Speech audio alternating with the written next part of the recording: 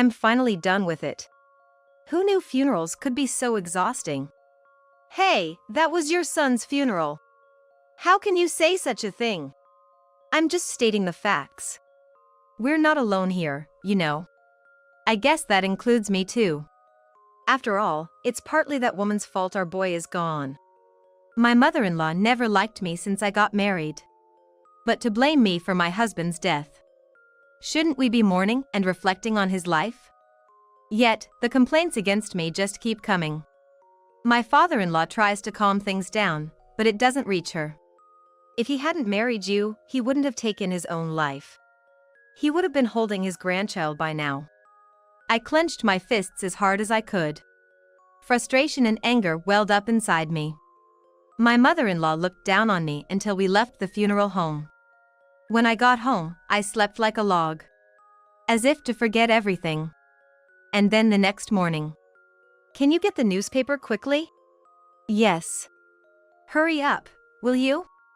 If only this were a dream. I went to check the mailbox as told. Tucked in the newspaper was a brown envelope. An envelope? Who's it from? I took it out, but there was no name. Just a single sentence. Make sure Mom doesn't find out. With those words, I knew who it was for and who it was from. I hid the envelope in my pocket and went back inside. What took you so long? You're no help at all. I tore off the newspaper I was holding. I sneaked back to the bedroom to open the envelope. Inside, there was indeed a shocking revelation written in familiar handwriting. After reading it through, I felt a surge of anger and fear, almost causing me to lash out. I desperately tried to control my trembling body and took a deep breath. You'll see what I'm gonna do. I immediately sprang into action. My name is Tala, just an ordinary stay-at-home wife. My husband John and I were classmates in college and hit it off right away. From the time we met, John always had high aspirations and a strong desire to move out of his parents' house. Don't you think you're rushing things? No, I don't want to rely on my parents anymore. But we're still students. That's the point. We have so much time now, I want to do everything I can. I, on the other hand, was all too happy to enjoy college life to the fullest. Being in the same department made our relationship seem natural. By our junior year, John was ready to set his plan in motion. It's going to get busy from here. Will you help me? Of course. What do I need to do? Thanks. First, John's plan was to start a company while still in school. The reason he gave was the same as before, but there was another. It was already decided that he would join his father-in-law's company after graduation. He wanted to carve out his own future. A month later, we successfully launched the company. It's just the beginning, but we've finally taken the first step.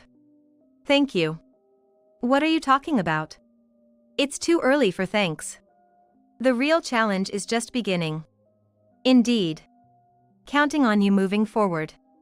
Leave it to me. It was a venture that John, I, and a few others put together. A company created to operate a media platform providing various information. From games and comics to useful life hacks, we expanded into various media, but the one John really focused on was a website providing information about adoption. By the way, I've always wanted to ask, why did you start an adoption site? A friend of mine from high school was adopted.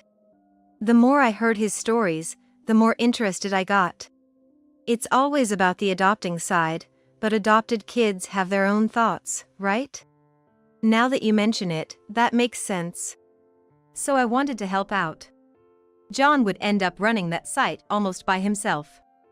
Meanwhile, the company thrived, praised for its vast amount of information, accuracy, and above all, the humor John cherished, even getting a small mention in magazines. But one day, just before graduation. You seem a bit down today, don't you? Yeah. I told my parents about the company yesterday, and they blew up at me. Why? They probably wanted me to get a proper job. Particularly, Mom was really furious. Even after hearing this, John occasionally looked gloomy. Sometimes, He couldn't sleep until morning and even got prescribed sleeping pills. Seeing him like this, I decided to support him for life. The day before our graduation, John finally managed to persuade them, and I felt I saw his genuine smile for the first time in a while. Now I'm finally free. Now you can live for yourself. Speaking of which, do you want to move in together? Yeah. Of course. Our life together, both work and private, began to flourish. This went on for about 4 years until my birthday. Happy birthday! Thank you. It never gets old being celebrated like this. Hearing you say that makes me happy too. So. John got seriously, took out a small box from his pocket and placed it on the table. What's this? I want you to marry me. When John opened the box, a sparkling little ring was inside. Of course, my heart had been set on this for a long time. I'm the one who should be asking you. Please always be by my side. He took my hand and slid the ring on. It fitted perfectly. But there was one thing that bothered me. Why is the box a little bent? I was wondering when to give it to you. I've been holding it in my pocket the whole time, and it ended up like this. He must have been really nervous.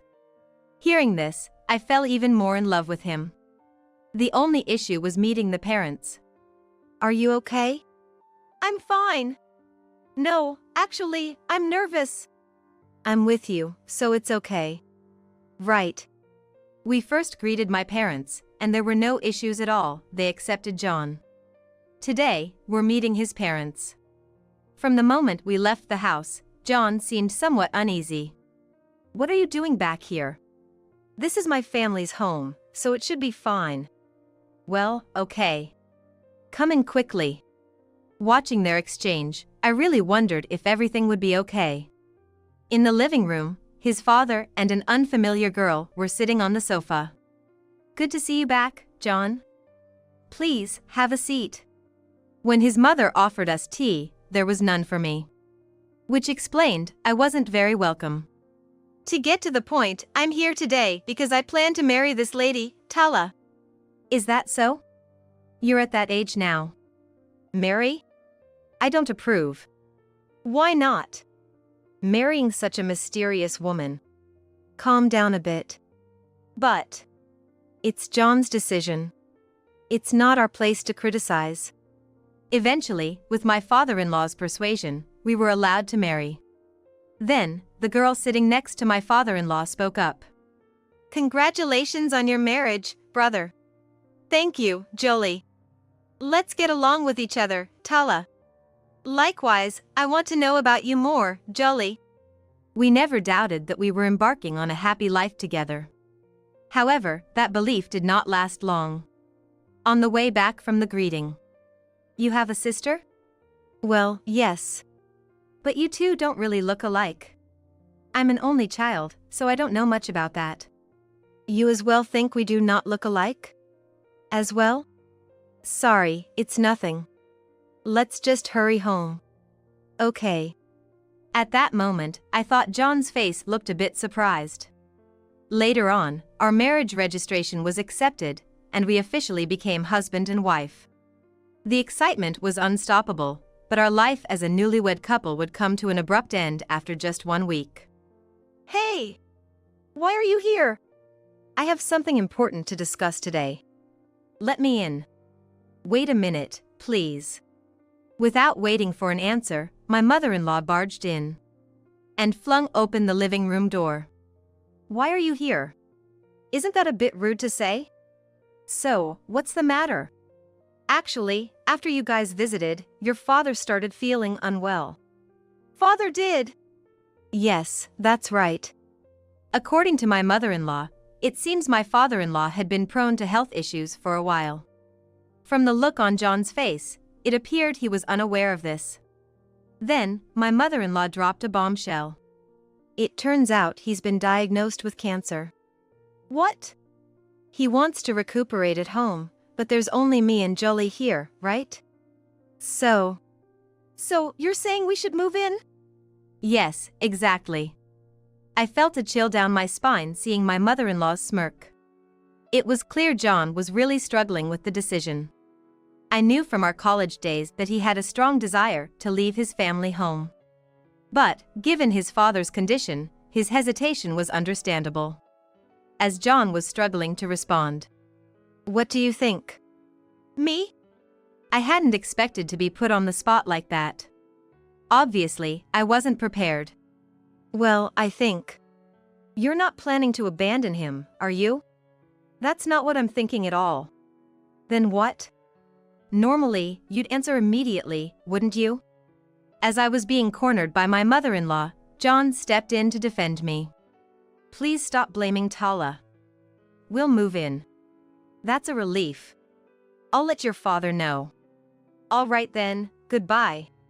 My mother-in-law left with a satisfied look. After confirming she was gone, John held his head in his hands. "I'm sorry. I've caused trouble for Tala because of me." "Don't apologize. It's not your fault." "Just when things were starting to look up. Why does something always have to get in my way?" "What do you mean?" "Every time I'm about to start something new, something happens." "I'm here with you, right?" "Yeah, that's true." We quickly terminated the lease on our apartment to prepare for moving in with John's parents. From the way my mother-in-law treated me, I could tell the future wasn't going to be bright. Soon enough, our life living with the in-laws began. "I'm glad you could make it. Please, let's get along. But first, there's something I need you to do, Tala." "What would that be?" "My back has been hurting recently. For starters, I'd like you to clean the house." We hadn't even unpacked yet. "Come on, don't dilly-dally, get started." From then on, I just did as I was told. John helped me, but my mother-in-law didn't seem to care at all. A week into our new living arrangement, I noticed something. This family revolved around the sister-in-law, Jolie. Even though John was part of the family, there were times he felt like an outsider. However, it seemed both the father-in-law and Jolie were somewhat weary of my mother-in-law's antics. "Have you started to understand how this family works?" "Yeah, I'm getting the hang of it. That's why I didn't want to come back here." "By the way, what does Jolie think?" "I don't know. We've lived as siblings, but honestly, I can't tell what she's thinking." "Is that so?" "Indeed, my sister-in-law, Jolie, is personable and has been nice to me. Just like John said, there's something oddly mysterious about her, as if she's harboring some darkness inside." Amidst all this, I've also been tasked with taking care of my father-in-law.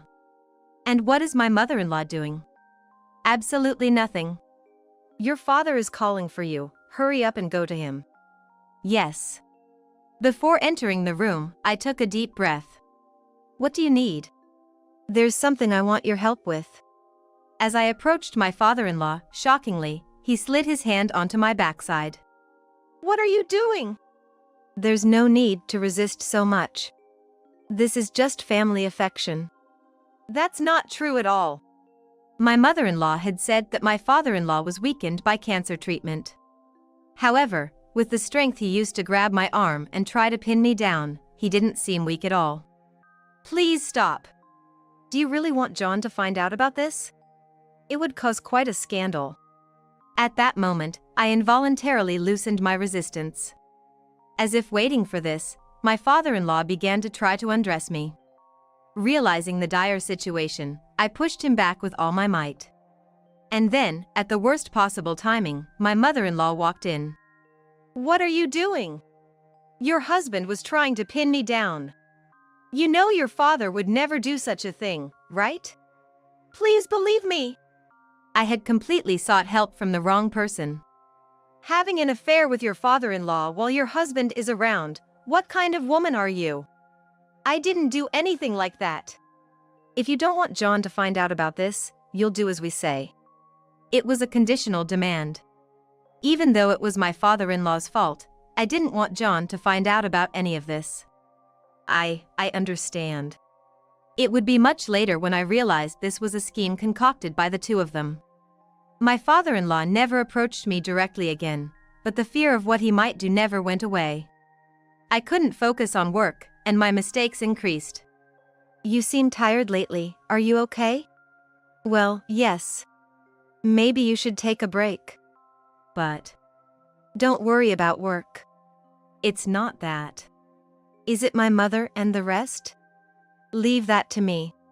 Following John's suggestion, I left my job for a while and became a full-time homemaker. Being at home all the time was mentally and physically exhausting, but I couldn't waste John's consideration. He had spoken to his parents to ensure they wouldn't overburden me. Things improved slightly, but the harassment never completely stopped. If you're going to be at home, could you do something more useful? More useful? You're going to follow what I tell you from now on, she said as she handed me a piece of paper. It was a list of items she wanted me to buy. All of this today? Of course. Get going if you don't want John to find out. I had no choice but to comply. The list included items from nearby supermarkets to a distant store that required several train rides, where she wanted her favorite classic American sweets. I forgot to mention, you'll be paying for it. Naturally, right? It was already past noon, and if I didn't leave now, I wouldn't be back before John returned home. All I could think about was not wanting to cause any trouble. I got back at 7 p.m. I've got everything. It took you this long? Even a child could do this faster. Enough, just get out of my sight. I went back to my room and lay down on the bed. I was wondering what on earth I was doing. As I stared at the ceiling for a while, someone knocked on the door. Instinctively, I sat up and responded. The door slowly opened, and there stood my sister-in-law, Julie. Julie? What's up? I'm sorry. Huh? I should have been more cautious. What are you talking about? About Dad and Mom. My heart almost stopped. You don't have to hide it. You knew? I accidentally overheard Dad and Mom talking. I see. I'll protect you, Tala. I can't let you do that, Jolie. Please let me handle this. I have some plans. But about John. I had been determined to keep this hidden from John at all costs. That will be okay too. For me, unable to share the situation with John, Jolie's presence was incredibly reassuring. I had felt alone, but not anymore. Later, Jolie would make a surprising statement when everyone was together. I've decided to work at John's company from now on. What? What are you talking about? You're attending a good university, you could get a job at a much better company. I've already made up my mind. Jolie is scheduled to graduate from university next year. Despite being capable enough to land a job at a much more prestigious place, as our mother-in-law suggested. Why of all places, does she want to work at John's company? It would be better if it was at least her father's company. Mom, that's enough. Jolie wants to do this. But then, my father-in-law whispered something to my mother-in-law. Well, that might be a good idea. She suddenly changed her opinion. This made me wonder what exactly my father-in-law had said. And John. Take care of Jolie, will you? Yeah. What kind of response is that? Really? Once she graduated from college, Jolie officially joined John's company. Being smart and talented, she quickly started to take on various tasks. Around this time, my father-in-law began to treat me unusually kindly. Given the past incident, this newfound kindness only reignited my fears. But then something astonishing happened. Tala, I truly owe you an apology. An apology now doesn't. I understand. That's why I'll talk to Mom too. I'm genuinely sorry. I was bewildered by what was happening before me. Moreover, my father-in-law even prostrated himself. I'm sorry again. Please, raise your head. But I still can't trust you. Allow me to observe the situation for a while. Understood. That's fine. True to his word, my mother-in-law's harassment stopped abruptly. However, this peace felt like the calm before a storm. While life became more peaceful without the bullying, John's behavior started to become concerning. Aren't you working too much lately? It's a crucial time right now. That may be true, but this is not good. I have to do this now. So why? But John didn't stop. Julie and I discussed this bizarre situation. What does John want to do? I get it's about work, but... I'm sorry. I don't know either. But at this rate... Yes. That's why we need to do something about it. We continued to tell John to take more breaks. However, he seemed to dive into his work as if trying to avoid something else. Not only that, but he also started to increase the dose of sleeping pills he had been taking temporarily. Just when I thought we needed to intervene, I received tragic news from my father. My mother was involved in a car accident and never returned home. Please come home immediately. Oh, okay. I was worried about John, but I couldn't bring him along in his current state. With things like this. Please take care of John. Yes, leave my brother to me. And so, I returned to my family home. Seeing my mother's lifeless body, I was filled with nothing but questions. Did she do something wrong? Good to have you back. Of course, I had to come. By the way, what about John? John is. I explained John's situation to my father. I see. That John, huh? I'm worried about John, but now we need to properly send off Mom. Right. Soon after, the preparations for my mother's funeral began, and the funeral started. One might expect tears at such times, but I just couldn't cry. When the funeral began, I felt more numbness than sadness. I still couldn't accept the reality that my mother was gone. Before I knew it, the funeral was over. Are you okay? Yeah. But I still can't believe Mom isn't here anymore. I know, it feels lacking without our noisy mom around. That's because you were always up to something and getting scolded, Dad. Was I? Yes, you were. That night, Dad and I stayed up late, reminiscing about Mom. I must have fallen asleep on the sofa because the morning sun was already shining in. Did you sleep well? Yes. Tala, you should go back now. Huh? John must be waiting for you. Go back to him. Is that okay? I'm sure Mom would have said the same. Then, I'll do that. As I was getting up from the sofa to prepare to leave, my phone rang. It was a call from my sister-in-law, Julie. Hello? Julie, what's happened? It's my brother. What's happened to John? He wouldn't wake up, so I went to his room. Immediately, I left my family home and headed to the hospital. Tala! Upon spotting me, Julie ran over.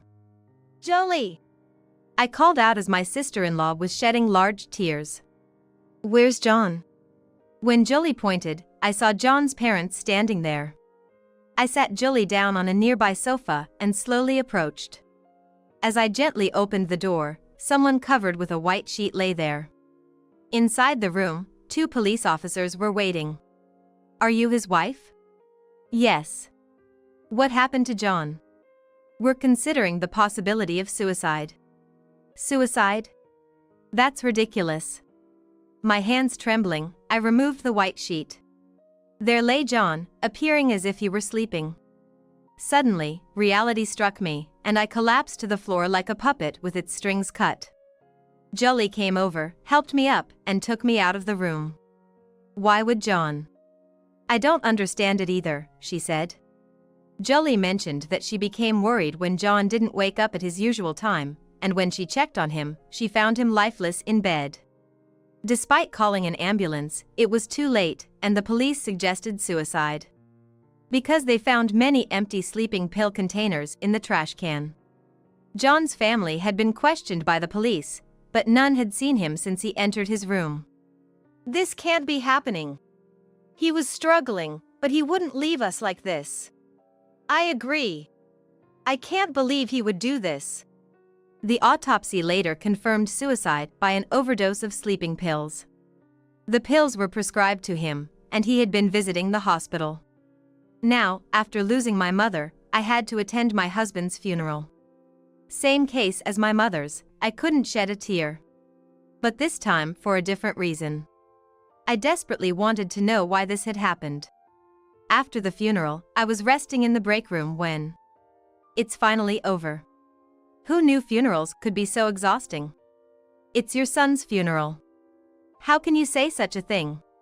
I'm just stating the facts. We're not alone here, you know. I guess that includes me too. First and foremost, his death is partly this woman's fault. Why am I to blame?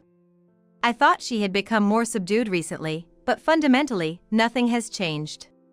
Shouldn't we be mourning John's death and reflecting on his life? Yet, the complaints against me never stop. My father-in-law tries to calm things down, but it doesn't reach her. If you hadn't married him, he wouldn't have taken his own life. He would have been holding his grandchild by now. Jolie, just back from the restroom, joins in. That's ridiculous. Do you have complaints against me too, Jolie? Complaints? Of course I do. Do you have any idea how much you two have neglected my brother? How can you say that, Jolie? It's not Tala's fault. It's your fault that my brother is dead, she said before storming out. What are you doing? Go after Jolie now. Useless even at a time like this. I clenched my fists as hard as I could. Frustration and anger welled up inside me. Throughout the funeral, my mother-in-law maintained her disdainful attitude towards me. Ignoring her, I followed Jolie and found her sitting on a bench in a nearby park. I found you, Jolie. Let's go home and try to figure out what happened to John. Yes. Once home, I fell asleep immediately. As if to forget everything. And then the next morning. Could you get the newspaper quickly? Despite the funeral just ending, there's no sign of mourning. It truly felt like just another morning. Yes. Hurry up, please.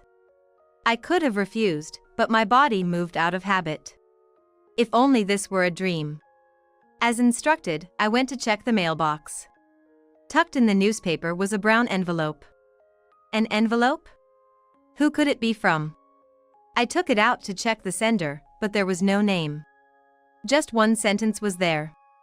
To ensure Mom doesn't find out, those words made me realize to whom and from whom it was sent.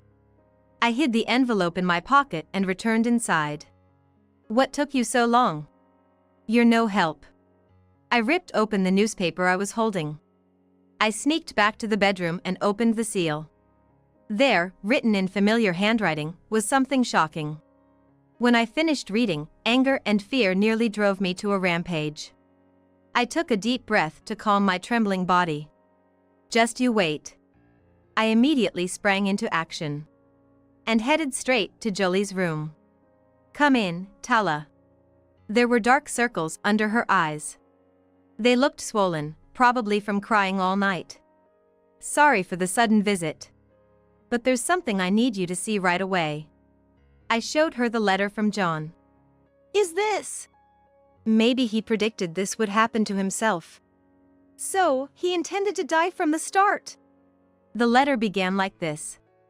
By the time Tala is reading this, I might no longer be in this world. I wanted to be with you forever, but I couldn't bear it any longer. The letter went on to reveal even more shocking details.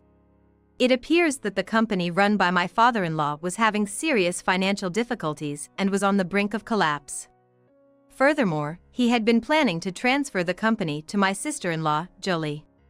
Essentially, he was using his beloved daughter to secure funds. If this is true, did I interfere unnecessarily? Not at all. After all, both of you were initially reluctant. Oh, that's why he suddenly changed his opinion. What? Maybe he thought if Jolie joined John's company, transferring it to her would be manageable since she's his sister. Perhaps that's what my father-in-law was whispering to my mother-in-law, suggesting such a plan. Honestly, I said those things because I wanted to trouble them. I had a hunch that Dad's company wasn't doing well. Jolie isn't to blame. In the end, it was all for me, right? But And the letter ended with this: "I've never been able to say this, but I'm adopted." However, ever since Jolie was born, my position worsened. I'm sorry for keeping silent. Also, there's something I want you to tell Jolie. You're a sister I'm proud of. Although I resented your birth when we were kids, you've always been an irreplaceable, beloved sister to me.